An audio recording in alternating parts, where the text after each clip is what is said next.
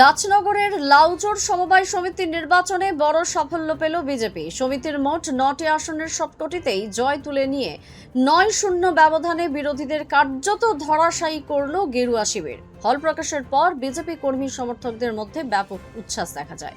2017 সালের পর এই প্রথম সমবায় সমিতির ভোট হওয়ায় শুরু থেকেই এলাকা জুড়ে উৎসাহ ছিল চোখে পড়ার মতো। দীর্ঘদিন ভোট বন্ধ থাকায় বিষয়টি নিয়ে বিজেপি হাইকোর্টের দ্বারস্থ হয়েছিল।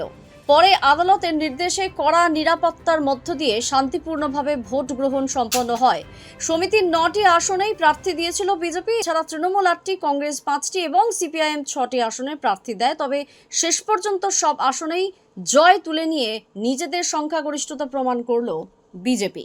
পর এই নির্বাচন আমরা আগেও বলেছিলাম যে নির্বাচন যদি হয় শাসক দলকে 9-0 করব। আজ নির্বাচন হয়েছে, শাসক দলকে 9-0-তে আমরা পরাজিত করতে পেরেছি। এতে আমাদের সমস্ত যারা আমাদের সমর্থিত যারা প্রার্থী সকলেই খুবই উচ্ছ্বাসিত। আর সব থেকে বেশি ধন্যবাদ জানাই এই নির্বাচনের ক্ষেত্রে আমাদের সম্মানীয় এমএলএ সাহেব জগন্নাথ চট্টোপাধ্যায় মহাশয়কে। উনি আমাদের হাইকোর্টে যাওয়ার সমস্ত রকম ব্যবস্থা দিয়েছিলেন। তাই এই রাজনগর ব্লকের লাউজোর সমবায় সমিতির সমস্ত কৃষক যারা আছে তাদের পক্ষ থেকে জগন্নাথ চট্টোপাধ্যায়কে অসংখ্য ধন্যবাদ। এইটা যে আজ 17 সালে ভোট হয়েছে, তারপর ভোট হয় নাই।